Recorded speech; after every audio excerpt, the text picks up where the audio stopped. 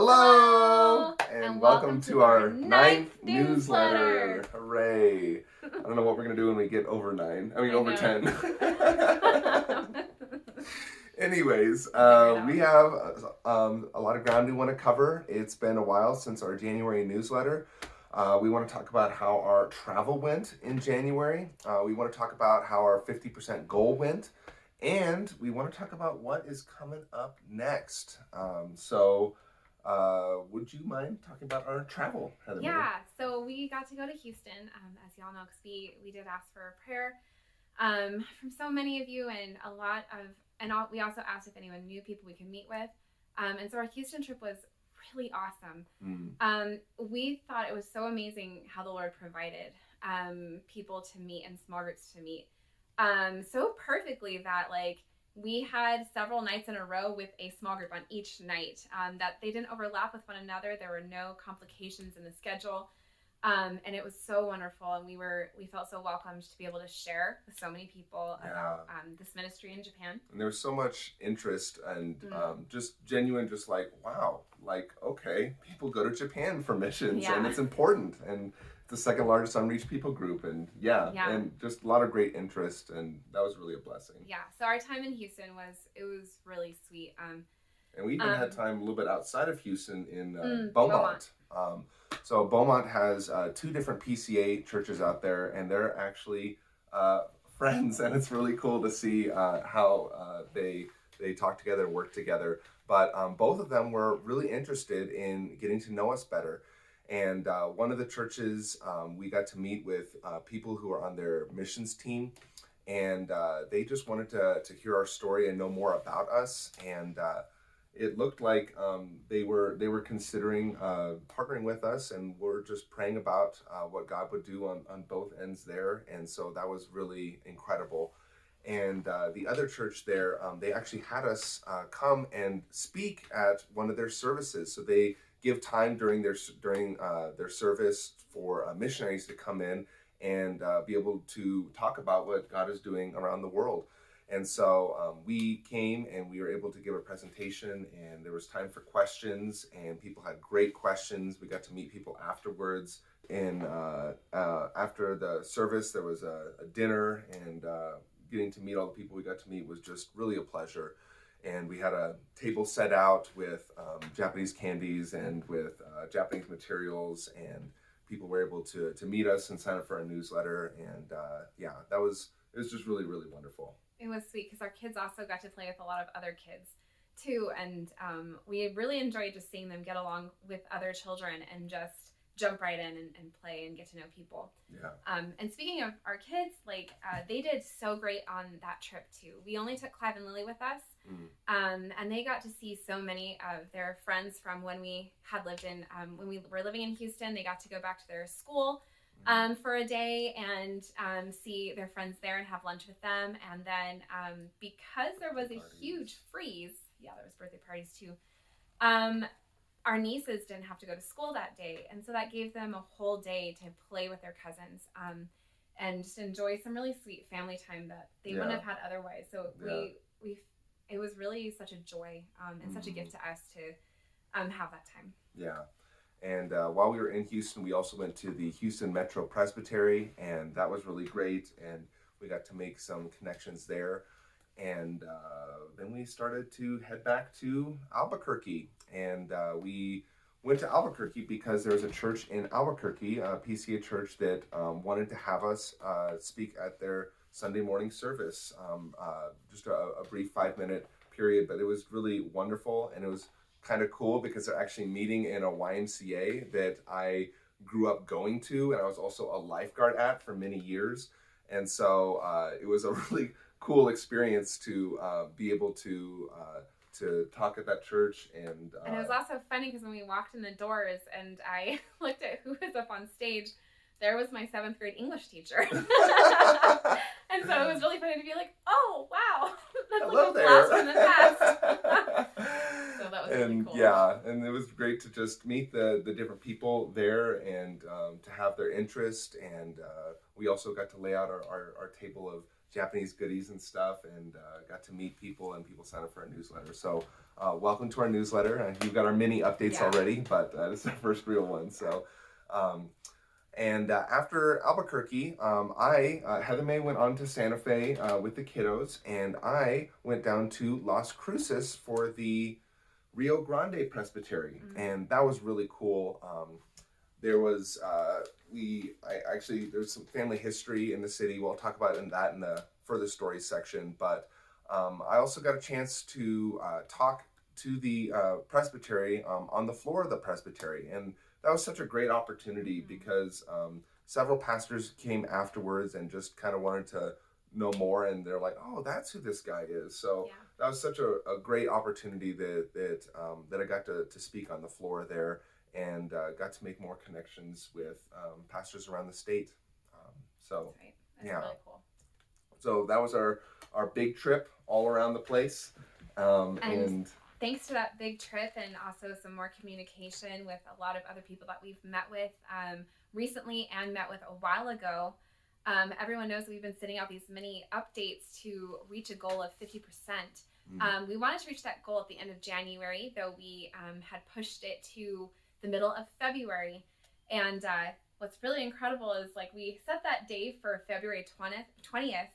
And the morning of February 20th is actually exactly when we reached 50%, guys. Yeah. It's so cool. We're so thankful. We're like, yay, we made it.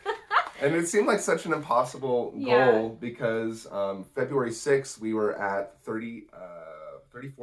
Yeah. We're at 34%. And so 2 weeks after that, we jumped all the way up to 50%. And so thank you. 16% jump. Yes. Which is really surprising, but we hoped for it, we prayed for it. It's kind of funny, sometimes you hope for something and you think it could happen, but then when it does happen, you're like, how did that happen? So we're very thankful. We're a bit dizzy because it's such a big jump, and that's unusual, but we're very thankful that God answered those prayers. Thank you for praying. Thank you for partnering with us. Thank you for making this happen. And 50% is epic and wonderful, but it's not the end. We also need to keep on going, and there's a definite need. And so we're our team leader for Nagoya Christian School. He is the administrator of the school. His name is Robert. And Robert actually helped found and taught at a similar school to Nagoya Christian School in Tokyo that was founded 3 decades ago. And so he recently uprooted from Tokyo and moved to Nagoya to help establish Nagoya Christian School. And he has a master's degree in educational administration. And so he's perfectly suited for this. And so he recently just recorded a short video that we're going to play for you now, talking about the need for more teachers. Good morning, everyone. This is Robert Stewart with Nagoya Christian School. This school was started to meet the educational needs of missionary families living in the Nagoya area. In its current form, we've been operating for 6 months, and my wife Lisa and I are the only 2 teachers at the school. We have 9 students from 5 families, and they represent a number of church plants going on in the Nagoya area. In order to expand our programs to meet the educational needs of other missionaries living in the area, we need more staff. We need more teachers. And that's why Alex and Heather May are so important to the work going forward at Nagoya Christian School. They're currently raising support to come and work with us. We can't expand our educational programs without these additional teachers. Prayerfully consider being a part of what God is doing in Japan and being a part of their support network to get them to Japan as soon as possible. Thank you. Have a good day. So we want to get there as soon as possible too. And the main thing we want to do is we want to try to get there by this summer so that we can be prepared for the fall semester of Nagoya Christian School. That's right. So being able to get there this summer would allow us to have time transition into living there, which we definitely know we need after moving from Houston to Santa Fe. That transition was... If we need it there, we're going to need it in Japan. That transition was a lot harder than we thought it would be. And so we know that And even Robert and Lisa have told us what transition was like for them, and that you need time to do that. And so we would like to be there in time to transition before starting at the school. Yeah. So in order for us to go to the field, we need to attend pre-field training. And that only happens twice a year. The next one is this summer. And so now we get to tell you about what our new goals are. In order to go to pre-field training, we need to be at 80%. And we had previously made this goal for the end of March, but we learned that we actually have more time than we thought we had. And so the goal to reach 80% has now been moved to the end of April. And so that's what we are now going to be pursuing and pushing toward. And so that's a 30% jump. But we've been so surprised and delighted how the Lord has provided already, just getting to 50%, that we are going to go forward just with hope and faith and work hard towards reaching the goal of 80%. Right. And then hopefully we drop something. And then hopefully get going on to 100% by the summer, like Heather May was saying, so we could get there. And for us, like, we want to definitely trust God with His timing. So this isn't something that we're just trying to push forward just to be fast. But it is something that we are seeing the need. We're seeing that they need teachers, that it would be ideal for us to get there in the fall semester. And we want to push for that. God loves to hear from His children, hear requests from His children. And so our request to God is that He would help make it happen. And we ask that you would pray for that as well. And we also don't want to just always be standing on the fence, having our one foot out the door in both directions. We want to say, this is what we're doing. And what we're doing is we are going to try to get to Japan in time for the fall semester. But we also want to have that in God's hands and say, Lord willing, we will make it there. But we are praying and asking for that to happen. Yes. So we are going to be coming back to Houston and going back down to southern New Mexico this April. And we're not bringing just one.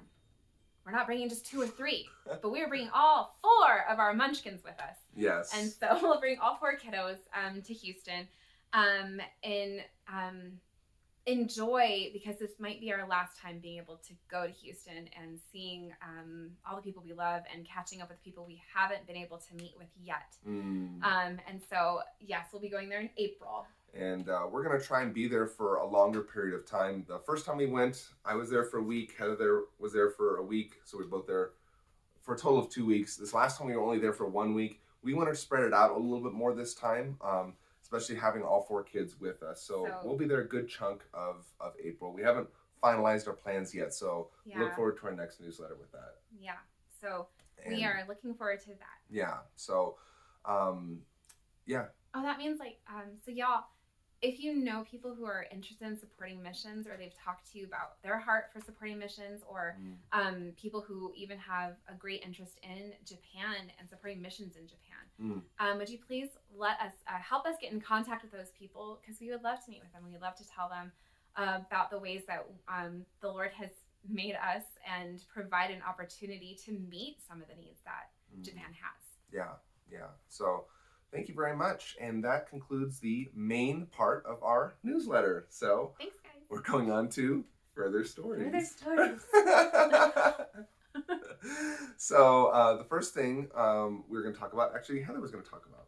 So last newsletter that we sent out, we were able to share with you guys a little bit of information about how the earthquake affected Japan and just some of the things being done to help. There is an update from a man named Brett Rail, who is we sent a link out about him in one of our previous ones, because there was an interview with him and Paul Tripp, but he made an update about some of the work being done to help with the earthquake. And for those of you who are interested in what's being done, we're going to put a link in this newsletter so that you can read that document too, just to have a better understanding about how they're being helped in that area of Japan. That's right. And the other part we wanted to talk about that we referenced earlier in the newsletter is just some really cool family connections that my side of the family has to New Mexico. There's even a Jordan, New Mexico. In New Mexico, it's basically just a couple of fire stations in the middle of nowhere, but is named after the postmaster of that town. But the main thing that we're who was a great grandfather of mine, and so the what's it? Yeah. Well, it was actually my great grandmother, but then my great grandfather was her son. Don't worry about it, okay? But that's just one cool thing. Another cool thing is when we were in Las Cruces, we mentioned that went to a historical site, and that's the Amador Hotel, that is currently being restored right now.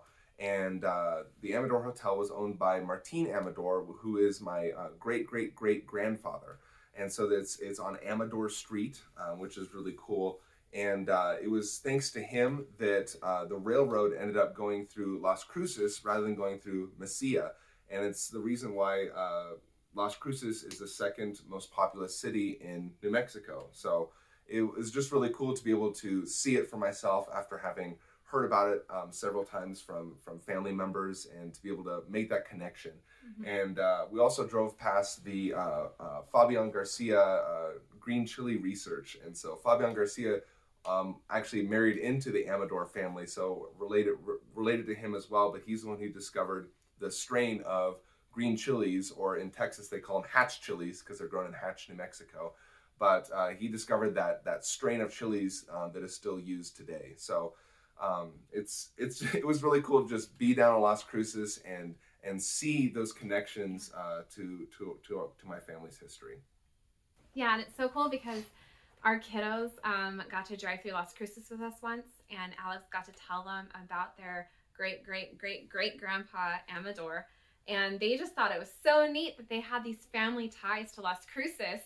But then poor Eleanor is like, I want to meet my grandpa. And it was really sweet for them to know that they have family history here in New Mexico. Yeah.